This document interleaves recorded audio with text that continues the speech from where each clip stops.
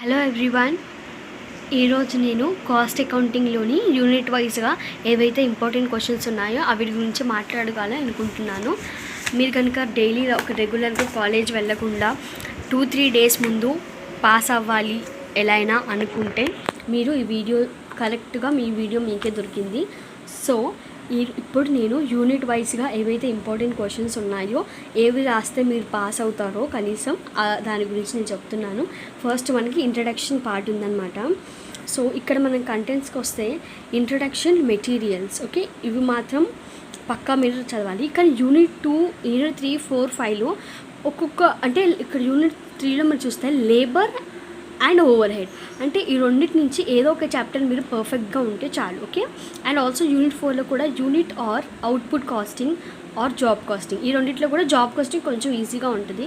So unit 5లో కూడా contract costing and process costing మీ చాయిస్ అనమాట ఈ రెండిట్లో. కానీ ఇక్కడ మాత్రం ఇంట్రడక్షన్లో ఒక థియరీ అయితే పక్కా, ఓకే, థియరీ అయితే పక్కా వస్తుందండి యూనిట్ 1 నుంచి పక్కా. And materials, okay, labour, overheads ఇలా. సో ఇప్పుడు నేను యూనిట్ 1లో థియరీకి ఏవైతే ఇంపార్టెంట్ క్వశ్చన్స్ ఉన్నాయో దాని గురించి మాట్లాడుకుందాం. ఫస్ట్ మనం కాస్ట్ అకౌంటింగ్ ఒక్క డెఫినేషన్ మనకి తప్పకుండా తెలియాలి కదండి. డెఫినేషన్ పక్కా తెలియాలి.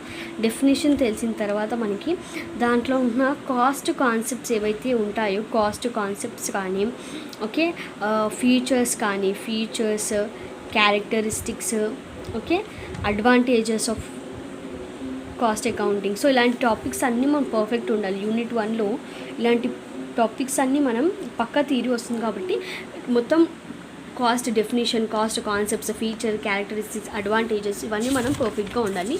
సో ఇక్కడ చూద్దాం. ఫీచర్స్ ఆఫ్ అంటే మనం సైడ్ రీడింగ్స్ మాత్రం చాలా ఉంటాయండి. సో ఇక్కడ మనకి లైన్ వైజ్గా కాకుండా సైడ్ రీడింగ్స్ అయితే ఇంకా మంచిది.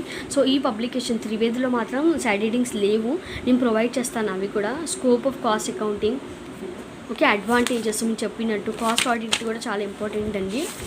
సో థియరీ అయితే మీరు చాలా చక్కగా నీట్గా అటెంప్ట్ చేయండి. ఎగ్జామినేషన్ ఎలా అటెంప్ట్ చేస్తున్నామంటే నీట్గా అటెంప్ట్ చేయండి. మీరు రాసేది కరెక్టో రాంగో తర్వాత చూసుకున్నా నీట్గా ప్రతి ఒక్కరి సైడ్ రీడింగ్ పెట్టి నీట్గా అటెంప్ట్ చేయండి, తప్పకుండా మీకు మార్క్స్ పడతాయి.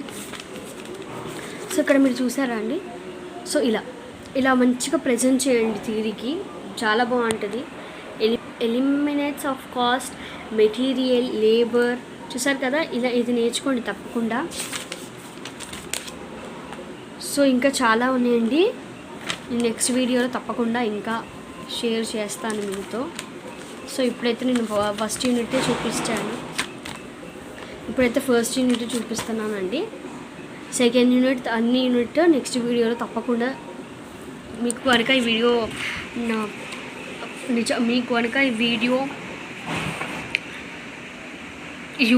యూస్ఫుల్గా ఉంటే ప్లీజ్ ఒక లైక్ అండ్ సబ్స్క్రైబ్ మాత్రం చేయండి.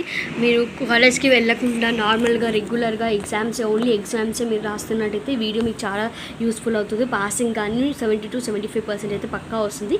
సో ఈ వీడియో మీరు చూడండి. అండ్ దీంట్లో ఉన్న థియరీ క్వశ్చన్స్ కూడా నేను చెప్తాను. అప్పుడప్పుడు ఏమో జరుగుతుందంటే యూనిట్ 1లో తప్పకుండా ఏ సబ్జెక్ట్ థియరీ వస్తుందండి.